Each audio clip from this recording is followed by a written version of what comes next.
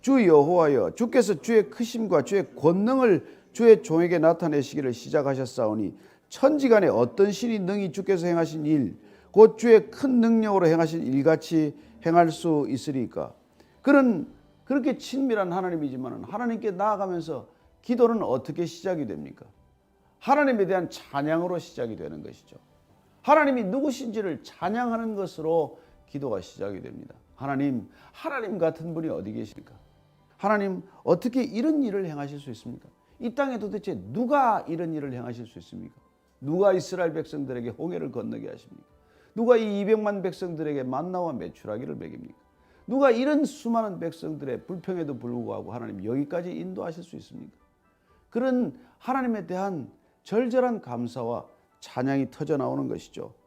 그러고 나서 간구의 기도를 올려드리는 것입니다. 주님, 이제 나를 건너가게 해주십시오.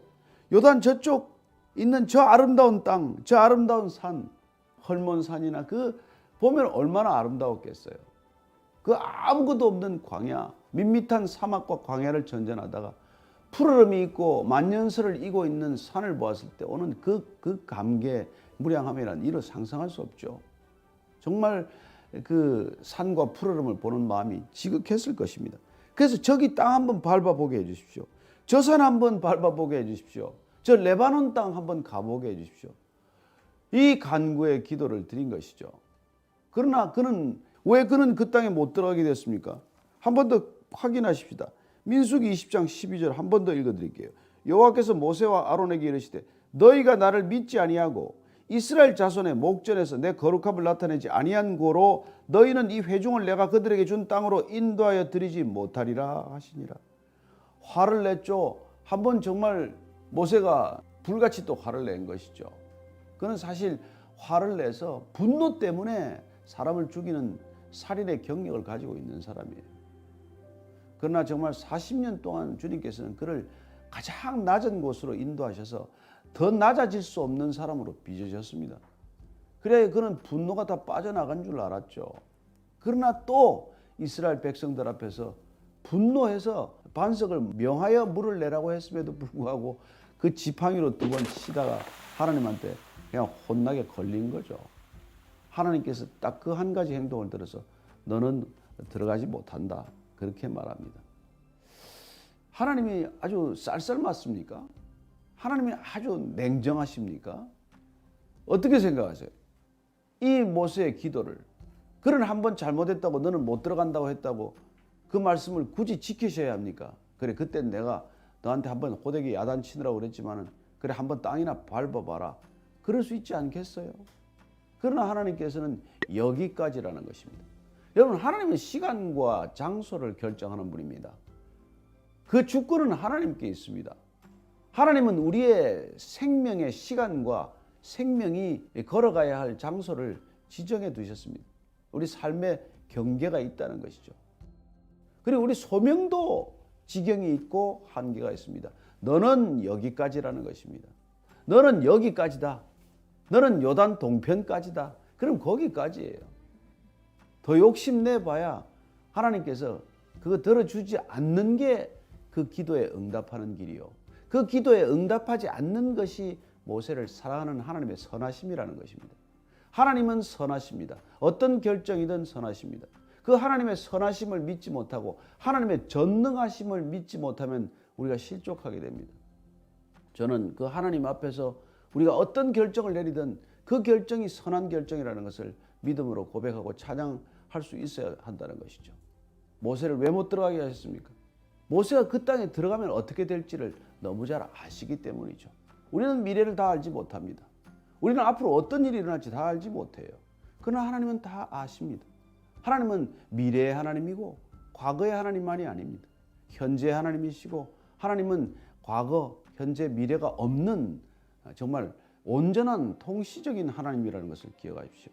그래서 그분의 결정을 순종하는 것이죠.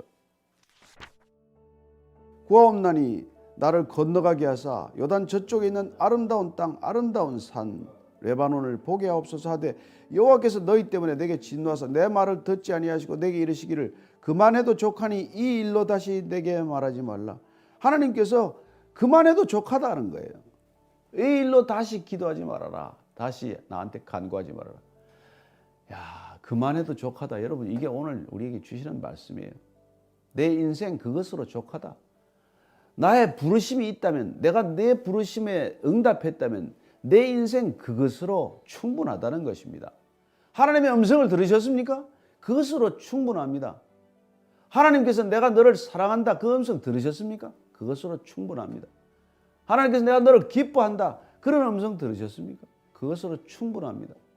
부족하지 않습니다. 더 이상을 탐낼 필요가 없습니다. 그 음성 못 들어서 이 세상이 이렇게 괴로운 거예요. 그 음성 못 들어서 자 죽기 살기로 싸우는 겁니다. 여러분, 그 음성 못 들어서 이 세상을 이 지경으로 만드는 거예요. 저와 여러분들이 하나님 한 분만으로 족합니다. 제 인생 여기서 충분합니다. 이렇게 고백할 수 있는 것이 사명자의 삶입니다.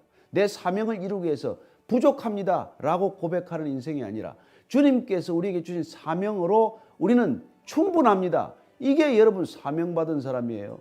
이게 사명을 아는 사람입니다. 이 사명 이루려니까 이것도 필요합니다. 이것 주십시오. 이것 더 주십시오. 이렇게 때를 쓰는 인생이 아니라는 것입니다. 충분하기 때문에 우리는 걸어갈 뿐이에요. 기쁘기 때문에 이 인생 완주하는 것입니다. 오늘 다시 한번 착각하지 마십시다. 하나님을 위해서 구한다고 떼쓰지 마세요. 하나님께서는 우리를 부르신 것만으로 족합니다. 부르셨으면 그분이 하십니다. 부르셨으면 그분은 대책이 있습니다. 그분이 모든 것을 다 결정하십니다. 저와 여러분들이 부르심에 순종하고 그냥 예스하고 따라가면 되는 거예요. 여러분, 하나님께서 얼마나 모세를 사람이 여기서 끝내게 하겠습니까? 모세는 요단강을 밟는 순간 그 땅의 우상이 되겠죠. 그 땅에서 들어가는 순간 여호수아의 지도력은 서지 않습니다. 이미 지도력은 승계되어야 합니다. 그리고 여호수아가 들어가야 합니다. 여호수아가 정벌할 것입니다. 여호수아가 땅을 분배할 것입니다. 여호수아가 인도하는 하나님의 대리인으로서 하나님의 쓰임을 받는 사역자로서 다시 그 땅의 소명을 감당할 것입니다. 그의 지경은 가나안 땅에 들어가면서부터입니다. 이 모세의 지도력은 요단 직전까지입니다. 하나님께서 그런 분별과 그런 경계를 허락하시는 것을 따라서 순종하는 것이야말로 참된 사명의 완수라고 하는 것이죠.